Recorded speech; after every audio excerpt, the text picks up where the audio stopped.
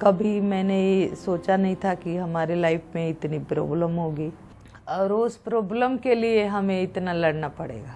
5 साल बीत गए, कभी हमने होली दिवाली नहीं मनाई कि नहीं हम अच्छे से होली दिवाली मनाए। खासकर इन दिनों में तो इतनी हमें प्रॉब्लम होती है। पीछे मान लो 23 साल की थी बच्ची, बहुत टाइम हुआ, हंसे होंगे, खुश होंगे, लेकिन वो कुछ ध्यान ही नहीं आता है। अगर कुछ दिमाग में आता है तो यही आता है कि उसके साथ ऐसे हो गया, कितनी तकलीफ हुई। बस वही 10 दिन जो साथ में थी वही दिमाग में घूमता रहता है, कभी इससे उभरते ही नहीं है। The flame on the poster behind her is the symbol for the Nirbhaya Jyoti Trust. As the grey cold of December invades her home, Asha Devi says she finds purpose in helping rape survivors fight for justice. हमारा ध्यान एक ही पे 5 साल में रहा कि हम कुछ भी करें, किसी से भी मिले, कहीं भी जाना हो, कि अगर हमारे जाने से, हमारे बोलने से, हमारे कुछ करने से किसी की हेल्प होती है, किसी की मदद होती है तो हमें तसल्ली होती है।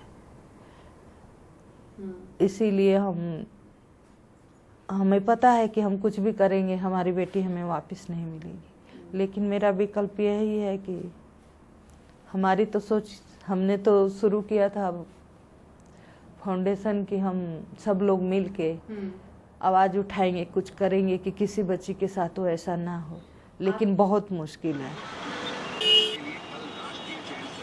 It's been 5 years since her daughter Jyoti, named Nirbhaya or Fearless by an angry public, was brutally gang raped and left to die on a Delhi roadside on the 16th of December 2012.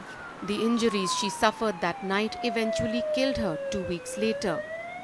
But the attack on a 23-year-old physiotherapy student shook a nation out of its complacent stupor towards crimes against women. I think it was the ordinariness of it all.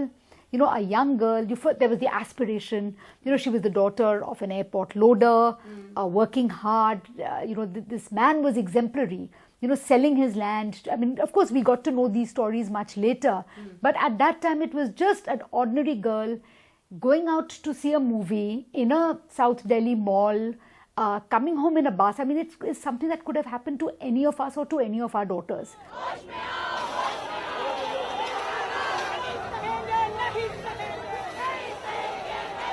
I think it was also the mood of society at the time. You know, it was, there was a lot of churn in society. The Anna Hazare movement had been going on for a couple of months. I think there was a spate of activism. There was a spate of citizen involvement in public affairs. And it was a period of anger with the authorities, with the government. All of that also came out. I think all of that also had a role to play, and all of it came together. Mihira Sood, the young lawyer researching the Indian women's movement and its use of criminal law, served on the Justice Verma committee set up exactly a week after Nirbhaya's attack to recommend changes in the laws against rape and strengthen punishment.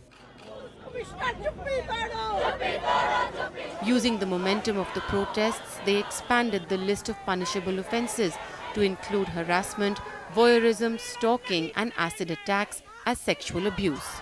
Crimes that women's rights groups had been fighting for years.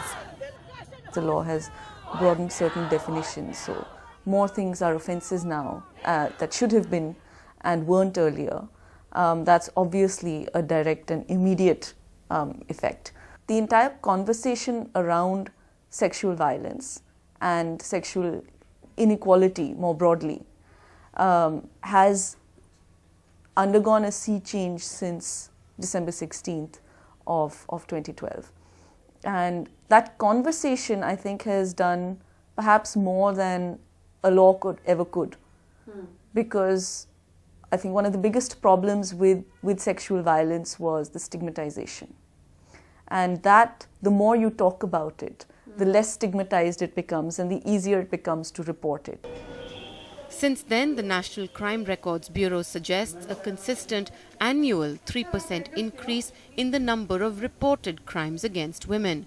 The biggest jump was in 2013, the year immediately after Nirbhaya's brutal rape.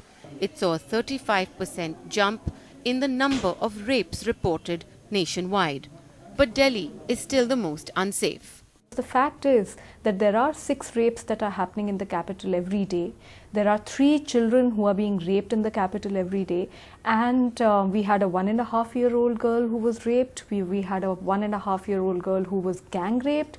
We had an 11-month-old baby who was raped. And we had a 7-year-old girl who was brutally gang raped.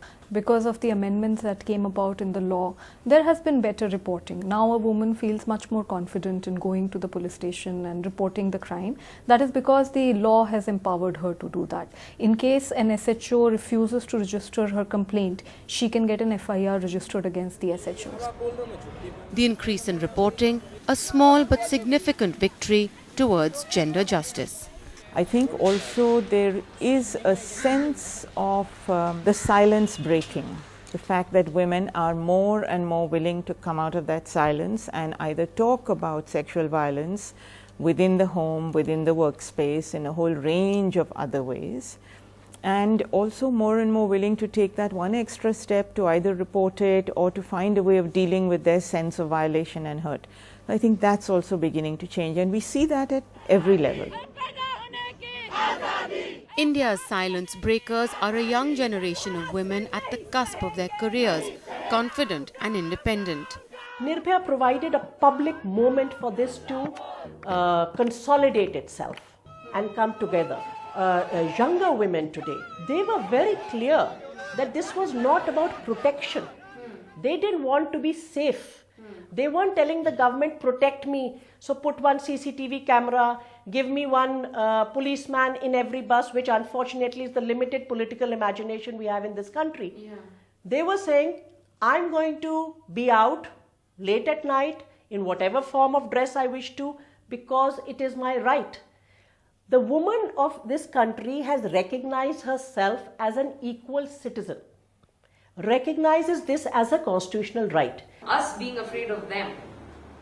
That is why this happens. Varnika Kundu, a Chandigarh-based disc jockey, was aggressively stalked and harassed on her way home late at night.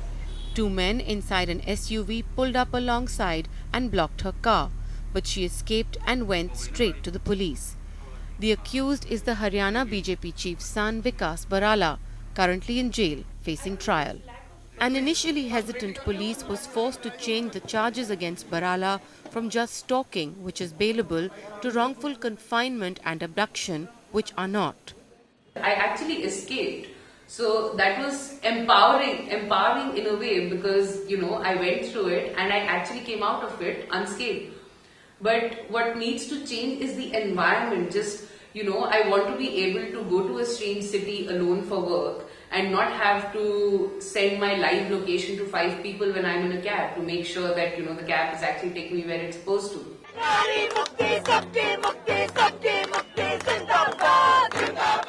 Women like Varnika are inspiring others unwilling to play hapless victims in the face of embedded misogyny within the legal system. Attitudes that have led to judgments that bizarrely not only question what judges call feeble no's, but also, as in a prominent college rape case, question both the absence of signs of injury and the young student's active social life.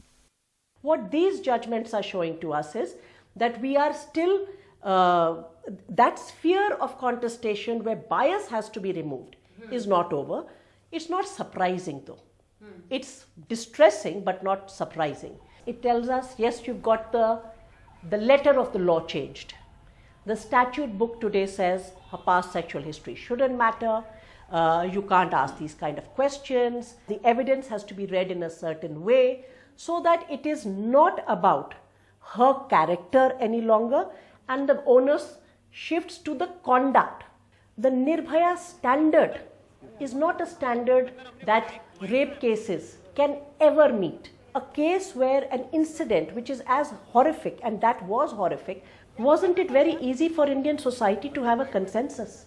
But do we need that level of brutality to condemn sexual violence? It was scandalous to me. I mean, this mindset it's it's so obsolete, it's not even funny. And you know, it again brings up the whole conversation about double standards for men and women, because I mean, they try to do the same thing with me. They put up pictures of me with my male friends and try to talk about, you know, how my character is somehow not in the right place. And if there are pictures of men with female friends, nobody talks about the man's character. Nobody asks. I still to this day have wondered why the same people who were questioning why I was out late at night at 12 did not ask those men why they were out that late.